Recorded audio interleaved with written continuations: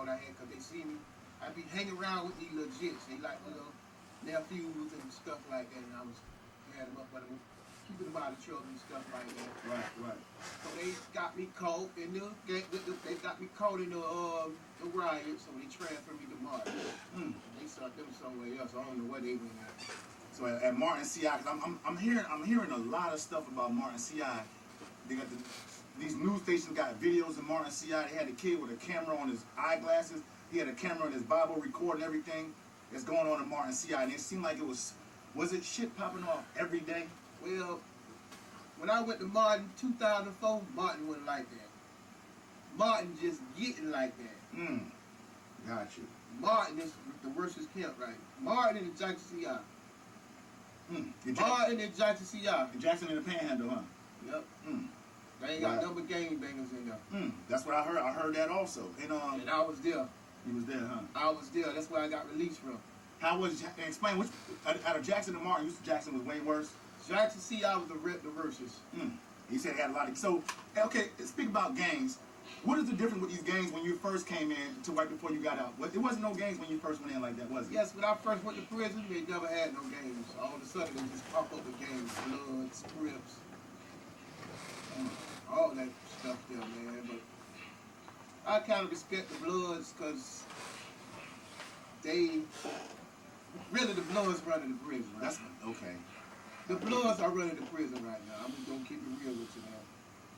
They running the prison. That's what I keep. And so you said Jackson CI was the worst. And explain to the people what made Jackson CI the worst? What are some of the incidents you've seen at Jackson CI? Okay, I was sitting in the dorm. Next thing I know, dude got stabbed up. They tried to rush him out of here. Soon he got around the corner, he dead. Damn. Then the next day, on the rec yard, they fighting, stabbing each other up, but he made it though. He made it. My homeboy Lil Pie got killed in there. We ended up gambling. Both of them niggas had a knife. Stabbed each other in the neck. He died. The other nigga lived. Oh, so they was going knife to knife. This is a knife fight. Knife fight, man. Those people don't play at Jackson CI, man. So if you call yourself want to be a touch home, go to Jackson CI. I guess Jackson CI break it, boy. If you really living that life, go to Jackson CI. If you really living that life, please go to Jackson CI. And speaking of Jackson CI, is open dorm? Yes, open, baby. Okay, so how was it being? So when you was at Jackson CI, how many years until your sentence were you? Just a year. Oh, so you was new. Okay, you was new. Yeah, I had 1 year left. That's what I'm trying to say. You had 1 year left. So did you have problems with these jitterbugs in there? Because these jits is wild in there. Because you were older head. Did you have any problems? Yeah, I had some problems with it. I done ran, but some of they gang brothers say, no, back up on bro. Bro straight, bro. He good. We gonna need him. He work out there. We gonna need him. So if you want to jump on him, who we gonna go to? Because them other niggas out there ain't finna do nothing for us. Right. Leave him alone, man. So since then, I ain't had no problem with no game ever since. Okay, and we just spoke on inmate violence, basically. Speaking of that, let's switch it up a little bit. Let's talk about the corruption with the guards. How much corruption have you seen? Have you experienced any corruption? Man. Let's talk about that. What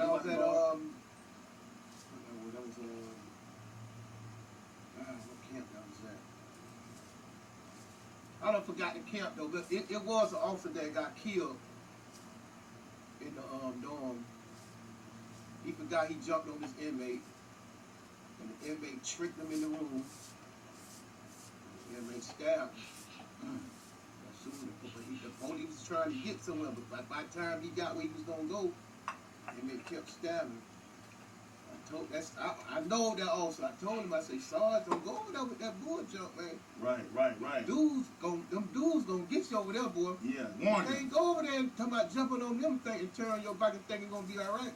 Sarge, you a good Sarge though, man, but don't go over there with that touch-all jump, man. I'm telling you. He went right over there with that touch-all and get his son right over up out of there. Yep. Jumped on the dude and forgot he done jumped on him. And the dude done tricked him in his cell and said, yeah, my vent messed up. That's where he got him at. And then the officer saw him mess around and figured out who he was. He tried to get somewhere. That nigga said, and stuck him. right in the neck.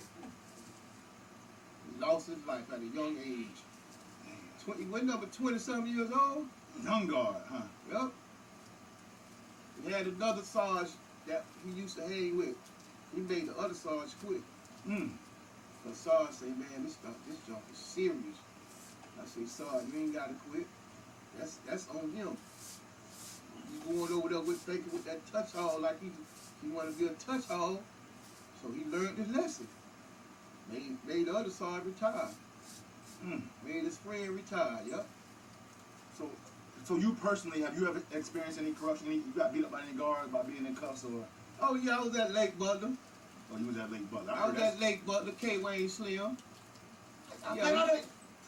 K. So K. Wayne Slim, y'all, remember where y'all heard out, man? Hey, shout out 1090J. He just did a video on K. Wayne Slim. Speak about this, man. Y'all hearing it right here. K. Wayne Slim, man. He want to be a touch hall, but he ain't. Explain to him what a touch hog is, real quick. A touch hog means that when you come out the cell, he want to jump on you while you got handcuffs on. Okay. He think that's a touch hog, but he ain't gonna give you no head up fade because he know he gonna lose. How about K. Wayne Slim? Go back to K. Wayne Slim. Okay, Slayway. I went to DR court. I come out the cell. K. Wayne Slim say, "You remember me?" I say, "Man, I don't care nothing about you. Shit, I don't care who you is." Yeah. So go ahead and get your little girl punches in. Then do what you gonna do, cause whenever you take these handcuffs, it's gonna be my turn. You ain't gonna be able to walk. You ain't gonna be able to walk this hallway no more unless you got a raincoat on. If you ain't got no raincoat on, don't come down here. So you know, K. Wayne Slim, but he got a son. Yes, I heard. Go ahead. K. Wayne Slim, I guess he died of cancer. Which he did die of cancer. But I was going to chow hall one day. I seen K. Wayne Slim's son. I say, ain't you K. Wayne Slim? He say, no, I'm his son. I say, you know what? I ain't gonna take it out on you. You lucky.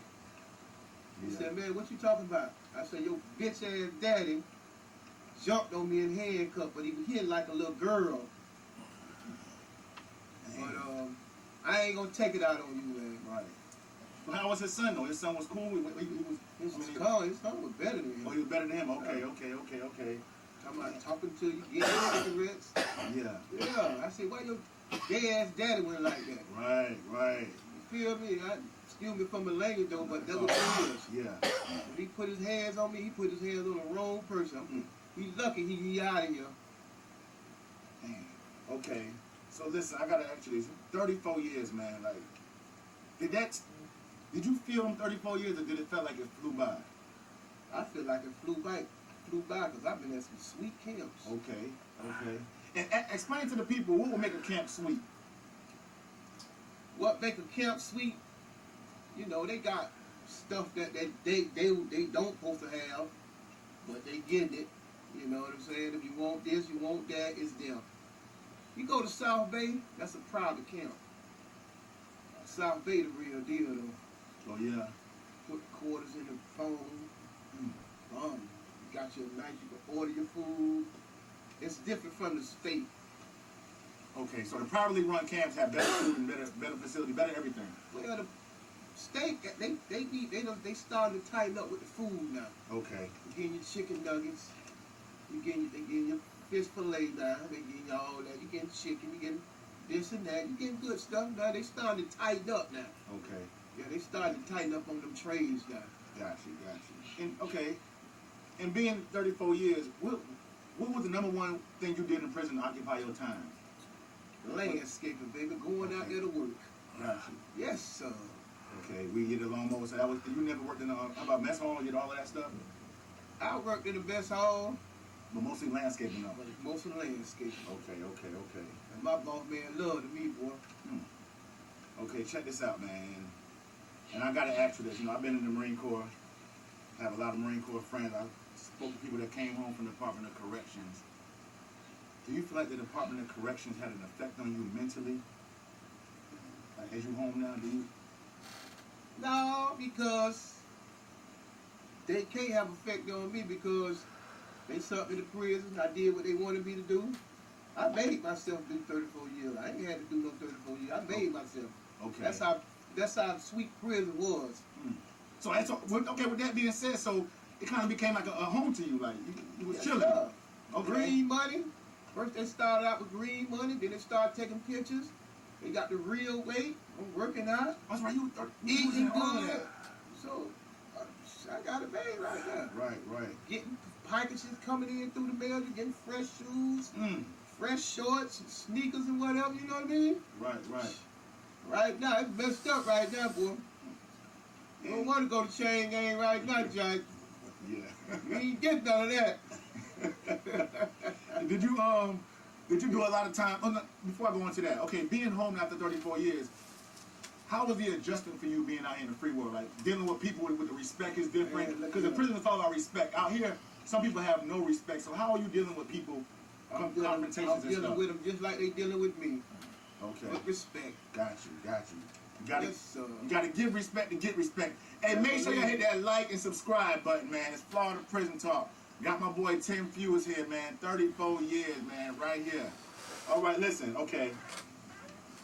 Being that you was in this prison so long, I mean, I know when you first got there, you probably had dreams about the free world. You know, you had dreams when you was a baby. You had dreams when you was a kid and stuff, playing with your brothers and stuff. Did it ever come to a point where your dreams was only about prison?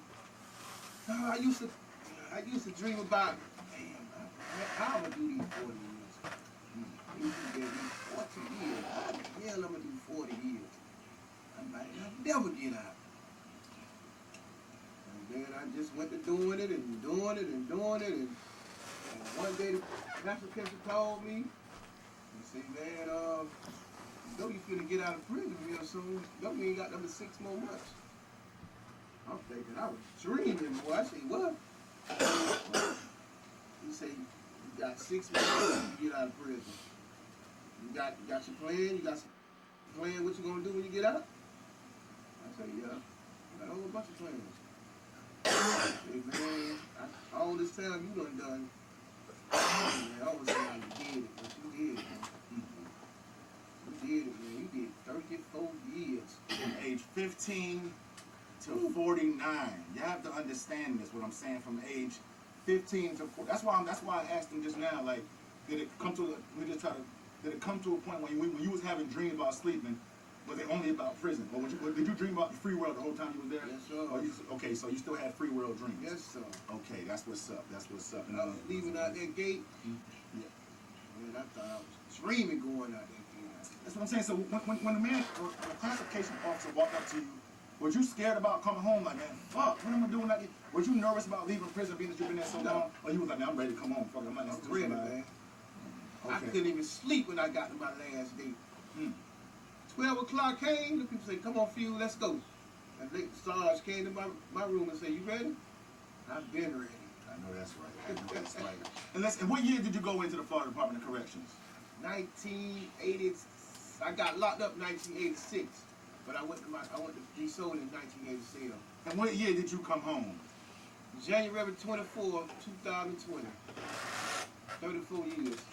It's a living testimony. I'm sitting right there. This is in human form. This is not a joke. This is in human form. 34 years, Florida Department of Corrections. We out here chilling, drinking a beer together. And his mind is intact. You know what I'm saying? And his mind is intact. And we closing this interview, man. I really appreciate this, man. Real quick, what would you tell that kid that's out here that's watching this, that want to be in the street, that want to gangbang, that want to thug and stuff, that's going down the wrong path? What would you tell this kid? Listen, my brother. If you into that game, man, you better be dead serious about it. You go out there pump faking, the niggas gonna bury you, boy, 6 feet deep. And plus, you go to prison, and you go in there playing games. If you're a blood, if you're a crip, if you're a G, a lot of G's really don't really run nothing, but them bloods and them crips, they don't play, man. So if you any one of them, you better be dead serious, boys. You go in prison and pump faking, they gonna send you somewhere. I'm just being straight up with you. So if you better sit back and think about it. If you don't want to be in the game, if you want to get out, it's your time to get out.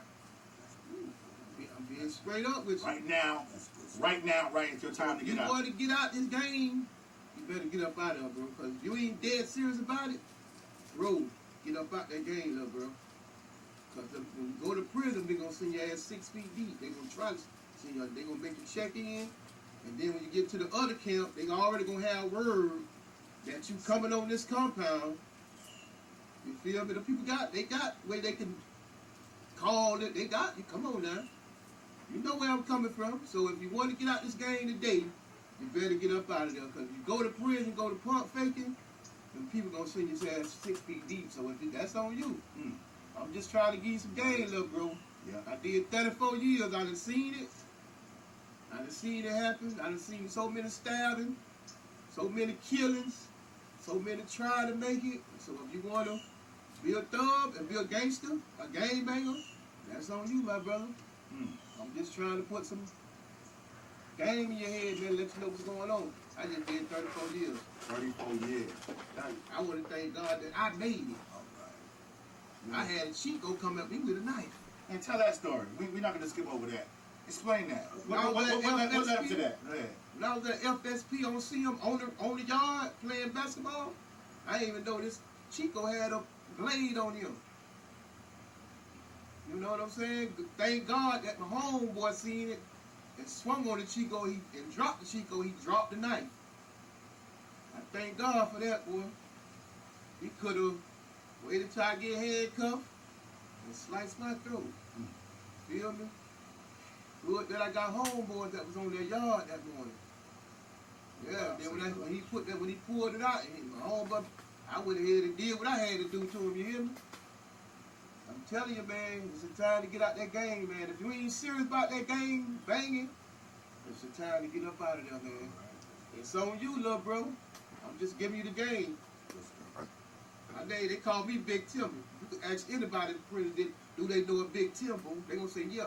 Bro, just get out of prison doing 34 years. I ain't lying to you, so that's on you, my brother. I'm just giving you a little game. If you dead serious about that game, baby, go ahead and stay in there. If you want to get out, it's the best time to get out right now. And he's seen every part. Fair 34 use years, he's seen from no games educational from your city purposes. to game. He's seen 34 years. He done seen the prison system change Another so many safari times. 1986 on the it wasn't no Karma's games. Kitchen. At Karma's They Kitchen. just coming out with games. The Soul Gang. Okay, we spoke about the black gangs. Go Do you got ahead. any white gangs in prison? Which white gangs do they got in They there? got some. They got. Another got edition of Unforgiven? Karma's Kitchen. Yeah, Unforgiven. Bartender. Okay. They trying to Cooking up put that. on one, but And when you first went to prison, speaking of Looking the up white that gang history stuff, book. when you first went to prison, how was the white inmates treated? Because I keep on hearing that. You know, the blacks would be outnumbered, everybody. And How they was don't the white talk inmates? about Did that. They get don't cook extorted? up in public well, school. you know, the blacks try to put Cooking down up on that them, make them history do book. this and make them do that. Look here, They you got don't- to break bread. Right. Talk about Now, that. you going to JIT camp? Public school history book. When I was at Columbia, they had a JIT camp on that On the compound. compound? Yeah. In Columbia. First they had them in an open bay dorm. Man, them just was sending motherfuckers up out that dorm left and right. I'm talking about on stretchers. Damn. Them people got so tired of that and put they behind the door. They made one dorm just for the jits to come in there. And lock they behind that door. Damn. I used to go in there and get 5 of them. Because I was working. Because I say, man, all they need to do is get up out that cell. Y'all got them locked down. They be locked down every day. Let me go in there and get 5 of them jits. Let me go pick the 5 that I want to work that day. And I'm going to go get 5 tomorrow. That kind of calmed them down a little bit. Okay. And they used to say, thanks, big bro, back that up, man. I appreciate that. So you used to see a lot of jits come from the jit camp, didn't you? I used to see a lot of jits coming to the adults camp and bring them on the compound. And they go right in that jit dorm. Man, them jits used to send them. It's so wild, ain't they? They used to send a jit up out there on that stretcher every other day. Yeah. When them crackers have them locked down, I used to go over there and talk to them. Man, y'all need to chill out, bro. That's why the crackers got y'all on lockdown. Right. Come on, man. That's why they got y'all on lockdown. Y'all might not come out no more. Got you. So, Y'all gonna be escorted to the chow hall, and y'all gonna be escorted right back in their room. So if y'all want to keep this up, keep it up. Boy, y'all be go snapping, white folks gonna keep it behind lockdown. So that's on y'all. So so being in there and speaking of the violence and stuff that go on there, Have you ever actually been stabbed in there, or you been able to avoid? Nah, cause I don't put myself in no situation like that. Gotcha. Were you ever at a compound where you had to walk around with weapons in your? You never had to go Because the I way you ain't carry never, yourself. the way I carry myself, I mind my business. I don't worry about nobody else. I do me and do what I want to do. You feel me? Yep. Okay. If you go to prison, mind your business and do what you you good. Going That's down, what I wanted to getting say. somebody's business, you in trouble. So you all can I go. got So to tell answer you. this, Tim, real quick, Big Tim. So you can go to prison and do your time, and not bother nobody, not worry about nobody bothering you. You ain't gotta worry about all You that. ain't gotta worry about all that. Okay. Go in there and try to act like you this and all you that. That's where the trouble gonna come in at. Hey, make sure y'all hit that like and subscribe. Right? Listen, this is part 1 of this interview series, my boy Tim. Me and my boy Tim gonna be doing this a lot, and me and him gonna be interviewing other people that been through the Florida Department of Corrections. So this gonna be basically our page. So this is Big Tim. This is Easy Win, Florida Prison Talk.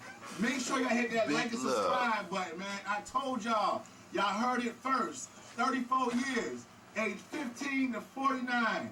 K-Wing Slim. Shout out to my boy 1090 Jake, man. Better believe it, boy. Big Tim. Thank you, y'all. Yeah. Hey, for fair use and educational purposes, another video review about the prison system in Florida. Another safari at Carmen's Kitchen. So, gang. Mostly, I just feel awful for the survivors and what they witnessed, and the victims who died far too young, and the victims' families that may not even know where their loved one, their child's final resting place is. Unfortunately, The crime was they grew up in a world they knew nothing about. They didn't know that it was that crazy out there. They didn't know all that hatred was going on. state's findings weren't much of help in terms of closure for the victims of Dozier. Here's what their conclusion read. This